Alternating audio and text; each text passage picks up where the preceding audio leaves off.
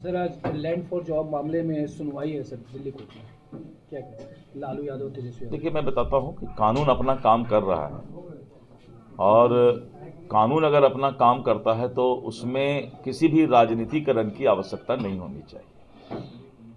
Sir, एक ज्वलंत समस्या है बेतिया जिला की, जिसमें बेतिया अंचल भ्रष्टाचार में लिप्त है कि नहीं, ये आपसे छिपा नहीं होगा।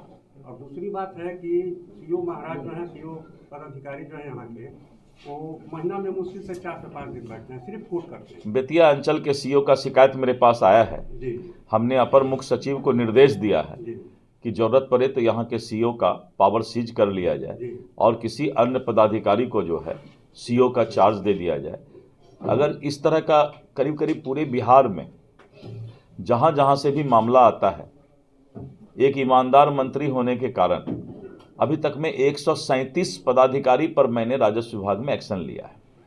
होता क्या था कि सीओ पर, एलआरडीसी पर एक्शन हो जाता था और जो भ्रष्टाचार का सूत्रधार है राजस्व कर्मचारी और नीचे के उनके दलाल लोग, जो उनके लोग सब होते थे, उन पर कार्रवाई नहीं हो पाता था। हमने अब ये सुनिश्चित कर दिया कि सीओ एलआरडीसी पर जब कार्रवाई होगा उसके अधीनस्थ कर्मचारी भी निलंबित होंगे और उन पर भी एफआईआर होने का काम हो। तो ये अभी हम लोगों ने 1-1.5 महीना से शुरुआत कराया है, तो अब एक उसका डर नीचे जाना शुरू हो गया है। आपने देखा कि पटना के डीसीएलआर को, पटना ऐसे शहर का डीसीएलआर को हमने अभी सस्पेंड किया, आरा के डीसीएलआर पर कार्रवाई किया और 137 सीओ पर कार्रवाई हुआ है, जिसका रिजल्ट 1-2 महीने में नजर आएगा। क्योंकि फाइल जब बढ़ता है कार्रवाई का, तो अभी तक जो सुधरे हैं सुधर जाएं, नहीं तो हम सुधारने के लिए ही ये मंत्री विभाग हम लिए हैं और आने वाले समय में इसका रिजल्ट भी नीचे तक जाएगा। अभी तक एक देश एक सिलेबस क्यों नहीं लागू हुआ, ये बताइए। सिलेबस मतलब पढ़ाई से? जी एजुकेशन के मामले में जब से हमारे एनडीए की सरकार, माननीय नरेंद्र मोदी जी के सरकार में, नरेंद्र मोदी जी के नेतृत्व में आया है, तो आपने देखा होगा कि एक एजुकेशन पॉलिसी, नई शिक्षा नीति लेकर वो आए हैं।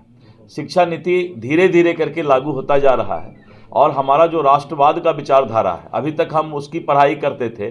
जो लोग देश को लूटने का काम किया, जिन लोगों ने हमारे बहू बेटियों का इज्जत लूटने का काम किया, आप देखते होंगे कि मुगल सराय स्टेशन, तो मुगल सराय, मुगल के नाम पर, जो मुगल हमारे देश को तार तार किया, उसके नाम से स्टेशन बना हुआ था। तो माननीय नरेंद्र मोदी जी की सरकार आई तो उसका नाम पंडित दीनदयाल उपाध्याय का ये बना।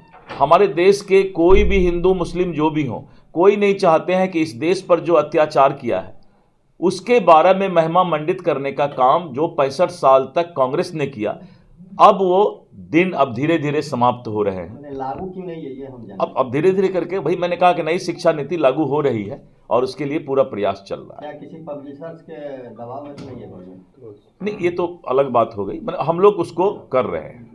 बहुत धन्यवाद आप लोगों को।